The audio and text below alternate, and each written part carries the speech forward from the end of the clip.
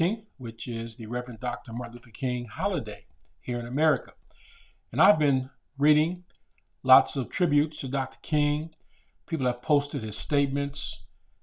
People are reflecting on his life and his legacy. And as well as I see people kind of claiming Dr. King when really there is more romanticized versus, I think, authentic. Matter of fact, Dr. King's daughter, Bernice King, who is very active and supporting, of course, her dad's legacy, and she's responsible at the King Center. And she posts, obviously, very authentic and very moving tributes to her father. But one of the things that she said in a post on Twitter, she said this: "Please don't act like everyone loved my father. He was assassinated. A 1967 poll reflected that he was one of the most hated men in America, most hated. Many who quote him now and evoke him to deter justice today would likely hate and may already hate the authentic King." And I say that not to disparage anybody, but just to make the point. It's interesting how history romanticizes the past.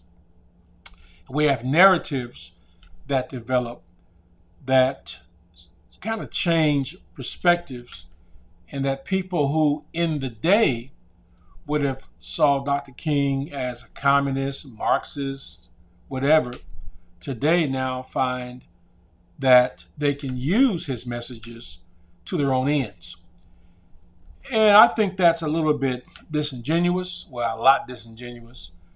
I saw a post where somebody put Dr. King's picture up, and they posted a blog post that said, basically, here are like 5 lessons of leadership from Dr. King. Just taking one of his speeches or letters or writings and then using that as a basis, for their own presentation. Well, Dr. King wasn't doing leadership lessons. Obviously he was a leader and we have lessons to learn.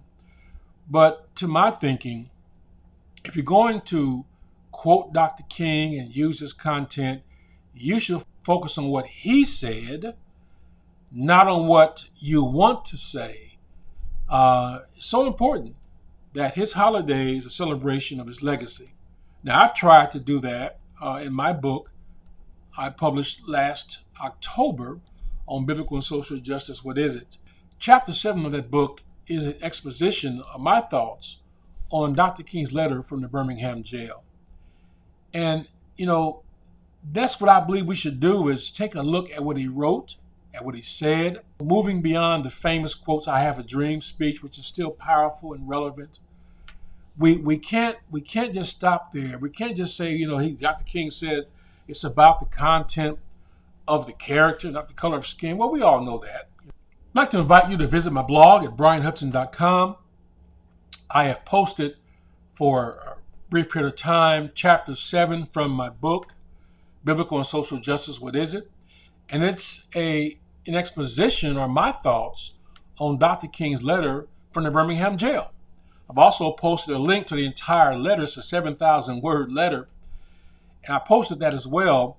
And I've selected some portions of that to comment on and to try to convey to our generation the great wisdom of Dr. King and his generation. And there's a lot there. For example, here's a section here I titled "Preparing to Respond." And Dr. King, the whole letter was a response to ministers who had written an article in which they criticized Dr. King, his methods, and the ideal of protest. They said you shouldn't do it now, wait for a better time. He said, "I came across your recent statement calling my present activities unwise and untimely. Seldom do I pause to answer criticism of my work and ideas.